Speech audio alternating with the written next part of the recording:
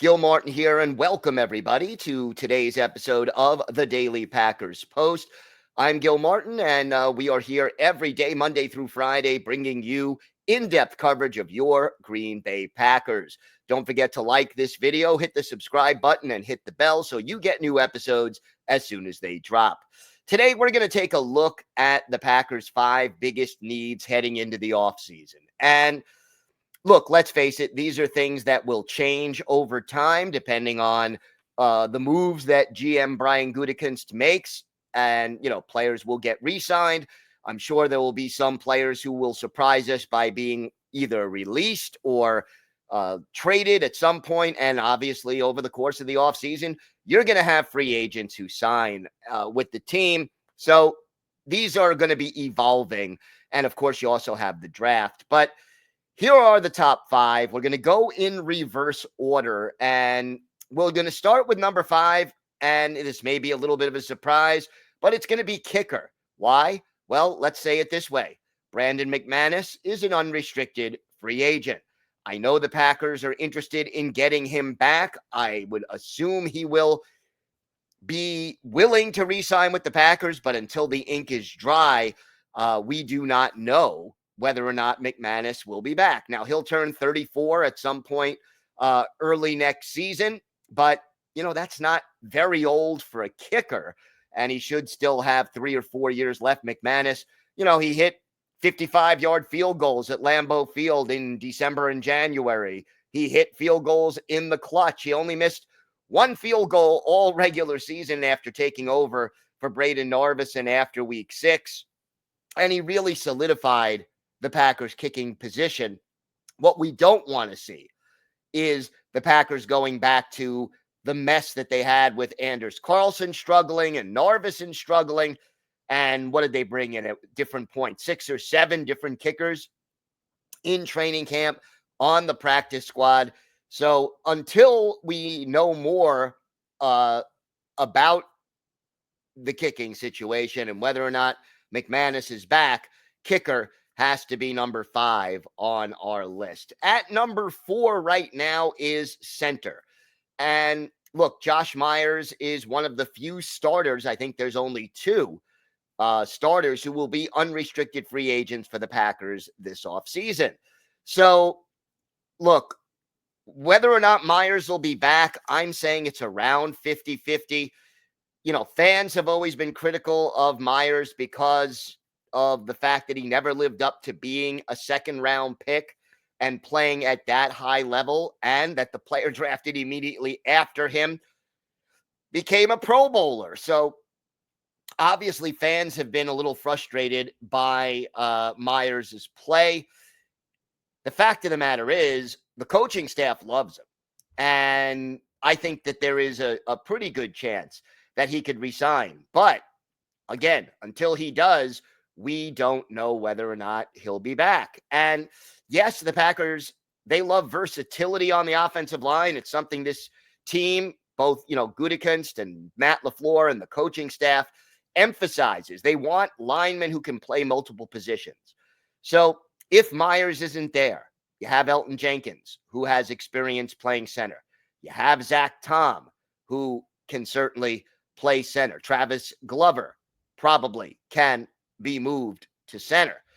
But you may also want to draft a young center if Myers isn't back, or you may want to look to free agency. I get the feeling, regardless of whether Myers is back or not, that the Packers will look to draft a center somewhere on probably day 3 of the 2025 NFL draft. But again, we'll see what Brian Gutekunst decides to do. Myers, he's steady. He is available. The part of games that he missed this year, his absence was noticeable. And thankfully, the injury that he suffered in the playoff game, late in the playoff game against the Eagles, it looked really, really bad, but it turns out that it isn't quite as serious. So whether Myers ends up staying in Green Bay or signing elsewhere, thankfully that injury, it could have been, let's put it that way, a lot worse. So hopefully we will find out what the team does at center real soon. Coming in at number 3 is edge rusher. And look, the Packers have struggled all year to get pressure just with their front 4 rushing the quarterback. Rashawn Gary led the team with 7.5 sacks. That was a little disappointing. He obviously had some issues adjusting from playing outside linebacker in a 3-4 to having his hand in the dirt in a 4-3. He got better as the season went along, but more often than not, Jeff Hafley was dialing up different blitz combinations to try to get pressure on the quarterback because the front 4 just wasn't getting it done. Now, Kingsley Enagbare will be back. Hopefully, he'll be even healthier this year. He avoided surgery and was able to play in 2024, even though it kind of looked like after the injury he suffered in the playoffs in 2023, he might miss time. So Enagbare will be back. He'll be further away from that injury. Brenton Cox Jr., to me, is a guy who could take a jump. He didn't really play until after the Packers traded Preston Smith, and he ended up with 4 sacks while more or less playing in the last 7 or 8 games of the regular season. So Cox, to me, is someone who could take a step forward. But all things considered, Lucas Van Ness better against the run than rushing the passer. The one thing we need to see from Van Ness, he can bull rush you, but he's got to start developing some secondary moves, because in the NFL, you're not going to be that successful. No matter how good your one move is, you need more than one against the best players in the world. So let's see what Van Ness does in year 3. But regardless, whether it's free agency, whether it's the draft, whether it's a trade, I think that the Packers need more at edge, and specifically edge rushers who can get to the quarterback, even if they're, guys who only come in on 3rd down. So be it. Jeff Hafley did not want to have to dial up as many blitzes as he ended up using this year. And the reason for it was they just weren't getting enough pressure. Forget the sacks, okay? Sacks are important, but pressure is probably more important. If you get consistent pressure, even if you don't get the sack, you force an incompletion, you force an interception, you get the quarterback out of his rhythm. So to me, this is an area that needs upgrading, and it is pretty darn high on this list. Coming in at number 2 right now is wide receiver. And it was close. The top 3, I think, were in a higher category than the 4th and 5th things on this list. We know Christian Watson, after the terrible injury he suffered in the regular season finale against the Bears, is going to miss probably the first half, maybe more, of the 2025 season. There goes your number 1 speed receiver, your number 1 deep threat. And, he may not even be ready even beyond the first half of the season. And when he does come back, he may need some time to get back to his old self. So Watson is not necessarily going to start the season on the active roster. Romeo Doubs suffered 2 concussions in the last month of the season. I hope he's okay, but obviously we know a lot more now about concussions. Each one makes you more susceptible to another. Each one kind of gets worse and has a bigger effect on both your short-term and long-term health. I hope Romeo Doubs is okay. I'm a big Romeo Doubs fan. I like what he can do, but obviously, you got to ask some questions about him and his health. Jaden Reed started off the season like gangbusters, cooled off in the second half, a few too many drops. Ditto for Dontavian Wicks, who improved in the drop area in the second half after dropping a lot of passes in the first half. But there is no number 1 receiver on this roster. I think they need to get that. And there's just a lack of experience. So I think a go-to guy and maybe a free agent. People have whispered about Davante Adams.